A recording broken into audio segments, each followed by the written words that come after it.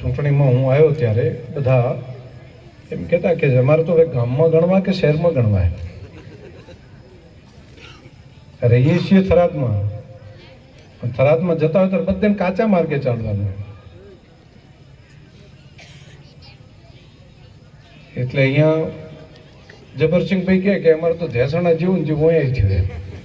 મગનીરામ મહારાજ એમ કે અમારે તો આવું નવું કે જે માતપુરા જેવું જેવું અહીંયા છે. અમારે થાનાજી કહે કે અમારે તો ચાંદરવા જેવું જેવું. એટલે હરખું નરખું આમ આખી ટીમો જે બધી ગામડામાં તો એવી જ સુવિધા, પણ હવે શહેરમાં આવ્યા રહો છો તો કે અમે રોજ છો શહેરમાં. તો હવે કોઈ તમને એવું નહીં કે આ બધા રસ્તાઓ બનાવવાનું કામ એને એક સાથે બધાને હાથ ઉપર બધું લઈ લીધું છે.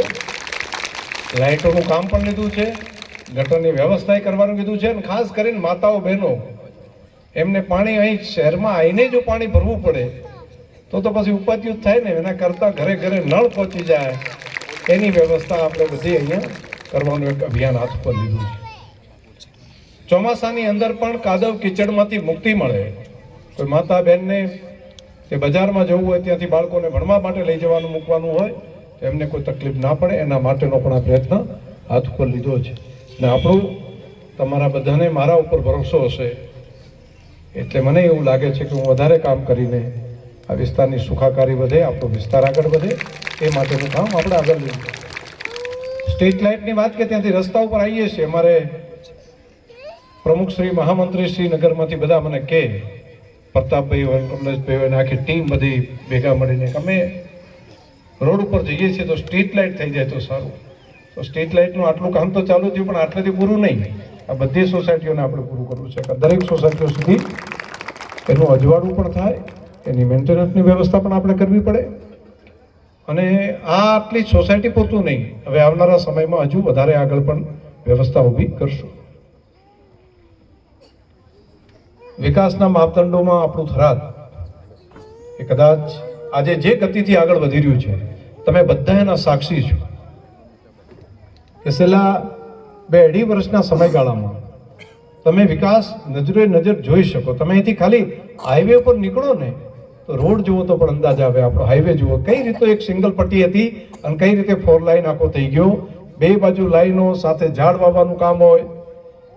ત્યાંથી થોડા આગળ જાઓ તો આપણી હોસ્પિટલ જે બની રહી છે ને એ પણ નજર સામે જુઓ ને એનું બિલ્ડિંગ તો પણ થાય વાહ આપણું સપનું સાકાર થઈ ગયું છે. ગામની અંદર બગીચાઓ બને, ગામની અંદર સરોવરો નિર્માણ થાય. 2 સરોવર અને એની બાજુમાં સ્ટ્રીટ લાઇટ સાથે એની સાથેના બગીચાઓ પણ બનાવવાનું ચાલુ કર્યું છે કે સવાર સાંજ હોય, કોઈ વડીલો હોય, કોઈ દાદા દાદી હોય, કોઈ માં હોય તો એ બાળકોને લઈ અને ક્યાં જવું તો એ બગીચે ત્યાં જાય, બાજુમાં મંદિર હોય, દર્શન કરે તો બધા વડીલો બેસી શકે, માતાઓ બહેનો ત્યાં બેસી શકે, બાળકો નાના નાના હિંચકે ત્યાં હિંચી શકે. આ રીતની વ્યવસ્થા આપણા થરાદના આંગણે આપણે શરૂઆત કરી છે. હજુ અહીંયા આગળ એવા શિક્ષણના ઇન્સ્ટિટ્યૂટ ઊભા કરવા છે કે અભ્યાસ કરવા માટે કોઈને બહાર ના જવું પડે. કોઈ એમ ના કે હું પાલનપુર જવું, કોઈ ના એમ માને કે હું ગાંધીનગર જવું. આપણા થરાદની અંદર જ શિક્ષણના એવા સંકુલો નિર્માણ પામે કે બહારથી લોકોને લાગે કે ભણવા જવું હોય તો શિક્ષણ ક્યાંનું? તો શિક્ષણ તો થરાદનું. એ પ્રમાણના મોટા ઇન્સ્ટિટ્યૂટો આપણા શિક્ષણના આપણા થરાદના આગળ લાવવા માટેનું કામને આરંભ્યું છે. આ બધા કામો એક એના જશના ભાગીદાર તમે બધા છો. હું તો બિલકુલ અજાણ્યો હતો, બહુ ઓળખાણ પણ નથી, અને તોય તમે મારા ઉપર ભરોસો રાખ્યો. તમે મને ચૂંટીને મોકલ્યો.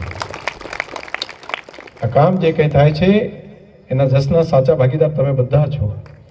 અને એમાં ત્યારે તો એવું કહેતા હતા કે આ તો ચૂંટીને જતો રહેશે પછી આવશે જ નહીં, ગોતશો ક્યાં?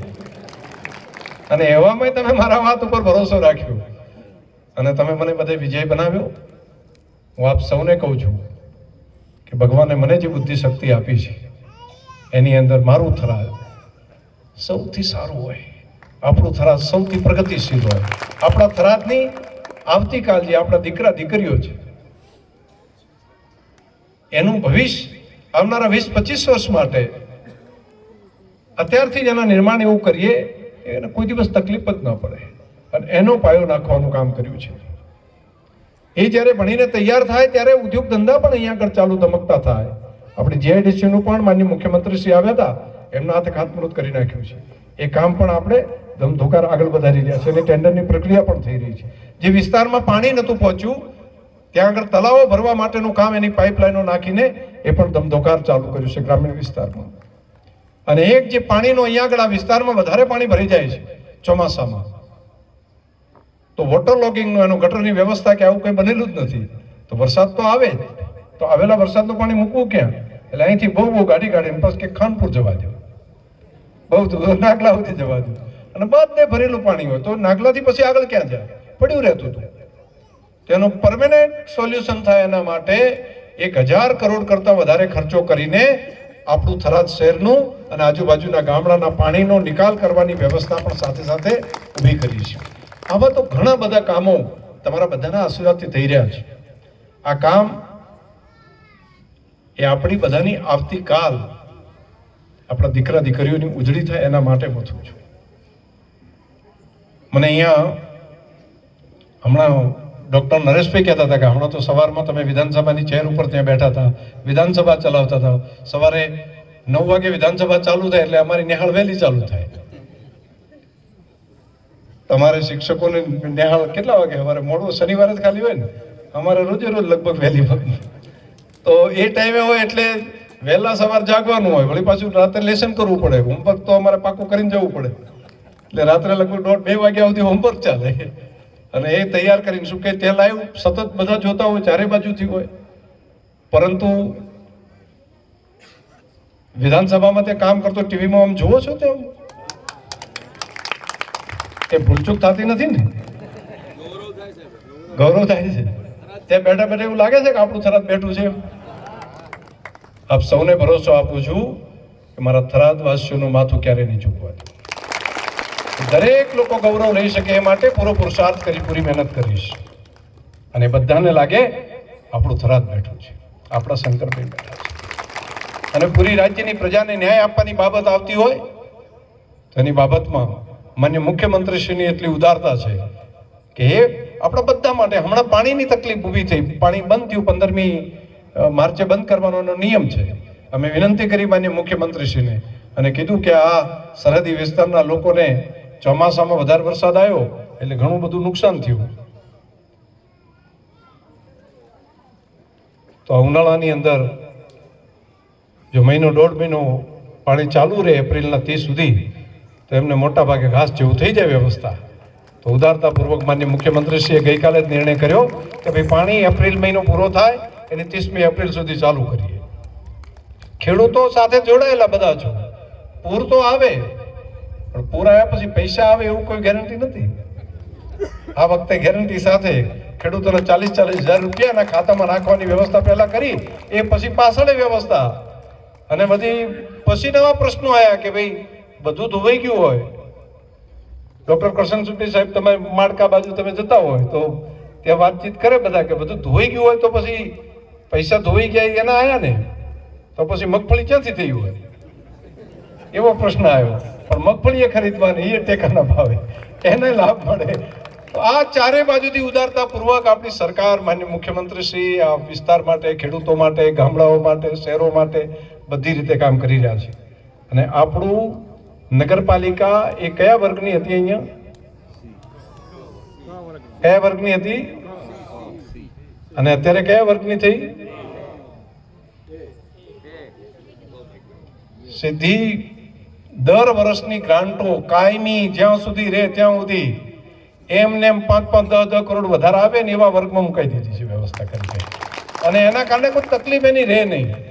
મારે તો ત્યાં સુધી કરવું છે કે અત્યારે સોલારની લાઇટની વ્યવસ્થા કરીએ છીએ કે નાનકડો એક સોલાર પાર્ક કરી દઈએ કે વીજળીના બિલ જે નગરપાલિકામાંથી ભરવા પડે છે ને એમાંથી નગરપાલિકાને મુક્તિ કઈ રીતે મળી શકે. તો એની પણ નહીંતર સ્ટ્રીટ લાઇટ હોય, પીવાનું પાણી હોય, અહીં રોડ ઉપર હાઈવે ઉપર હોય તેનો ખર્ચો ક્યાંથી? તેનો ટેક્સ કોઈને નાખવો ના પડે ભવિષ્યની અંદર પણ. તો એ માટેનું પણ આયોજન અત્યારથી કર્યું છે. પીવાના પાણીનું પણ પ્લાનિંગ એ રીતે કર્યું છે કે જે રીતે મિનરલ વોટર હોય એ રીતે આરો સાથેનું પાણી દરેક ઘર સુધી કઈ રીતે મળી શકે, ચોખ્ખું પાણી, તો તેનું પણ પ્લાનિંગ કર્યું છે. સફાઈ માટેના પણ માપદંડો એવા કર્યા છે. બધાની સુખાકારી વધે એના માટે મહેનત કર્યા કરું છું.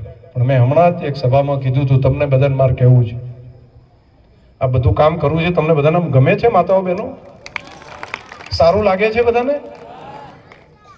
નહીતર પેલી વહુ જેવું તો નથી ને બિચારીને આપજે મળે એવું કઈ. સવારથી હા સુધી રોટલા ઘડે, છોકરાને બધાને ભણવા મેલે અને તૈયાર કરે, વાસીદું કરે, મહેમાન આવે તો એને ચા પાણી પાય, સવારથી હું સુધી મા બાપની સેવા કરે, બધું કરે. અને હાજે આવે ત્યારે કોઈ એને કે તે સારું કર્યું તો બરાબર છે, તો તેને સારું લાગે. પણ કોઈ આવીને કે આ તો ગાંટી છે, આખો દાડો મત મત કરે, એવું તો નથી ને? નહીતર એને એવું નથી ને? નહીતર કે આને શોખ છે ભલે મથે એમ, ગાંટી છે, આવું નથી ને?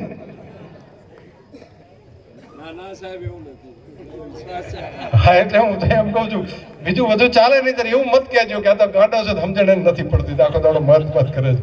એટલું બસ, એટલે એટલું રાખજો. તમારું કામ કરવાનો ઉત્સાહ છે ને એ ઓર વધારે તેજ ગતિથી કરીશ, હજુ વધારે કરીશ, હજુ વધારે કામ કરીશ. આપણો વિસ્તાર હજુ વધારે આગળ આવે એના માટે સતત કામ કરીશ. અહીંયા કહેતા હતા નગરપાલિકાનું બાકી બધું, તો નગરપાલિકાની ચૂંટણીઓ હોય, બીજું ત્રીજું, તારે મારે તો બહુ સભાઓ કરવાનું મારા ભાગમાં અધ્યક્ષ તરીકે શું એટલે નહીં આવે. પણ તમે બધા સંભાળી લેશો ને? સંભાળી લેવા હોય એવું હોય ને તો જરા બે હાથ ઊંચા કરીને તાલી પડો, મને એમ થાય કે બરાબર છે. કહેવા આવવું નહીં પડે ને? બસ બસ, તો તમે જોઈ લેજો બધા, આ જવાબદારી તમારી ને કામ કરવાની જવાબદારી મને સોંપજો. એ કામની જવાબદારી મારી, પણ એ જરા સંભાળવાનું હોય ને એ ટાઈમે તમે તે દાડે પછી આને આલ્યું ના આલ્યું, રિહાઈને મનાઈને એવું બધું ના કરતા. ઘણી વખત એમ બધું સારું, શંકરભાઈ સારા, બધું સારું, પણ કે આ છે ને એ જુઓ ને એમ, તો એવું પછી એમાં જે આવે ને જે ભેગા થઈને કરો એ નક્કી તમે. પણ જે આવે એ આપણે લગ્ન હોય ત્યારે શું કહેતા હોય બધા, જન્મ ત્યાં આગળ ગયા હોય તો પછી વરરાજાઓને એમ કે આનો કલર બરાબર નથી, આનું મોઢું સારું નથી ને એવું હોય. એ ટાઈમે તો શું ગાય ગાણો બેનો, વીરો મારો જગમગ આ તો ને. તો એ ટાઈમે તો એ ટાઈમે ફટાણો ના હોય. તો જરા એ ટાઈમે જ્યારે સમય આવે તે દિવસે આ બાબત પણ જરા જોઈ લેવાની, ભાઈ જે હોય એના માટે. નહીતર એમાં ખામીઓ જો ગાડી ગાડી નીકળે. આમાં શું નાની મોટી ચૂંટણી બહુ વાંધો નથી આવડતું, પણ નાનું નાનું હોય ને ત્યારે બહુ તકલીફો રહેતી હોય. એમ આ ગમ્યું, હરખા બોલાયા નતા, બેઠો નતો, અમારામાં તાક્યો નતો, તો એવું બધું જે હોય જરા મોટા મન કરીને.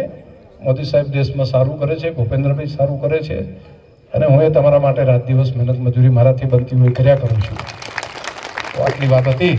આજે રાતના 11 વાગ્યા સુધી માતાઓ બહેનો સહિત આટલા મોટા આગેવાનો વડીલો, આજે કે સભા નાની નથી.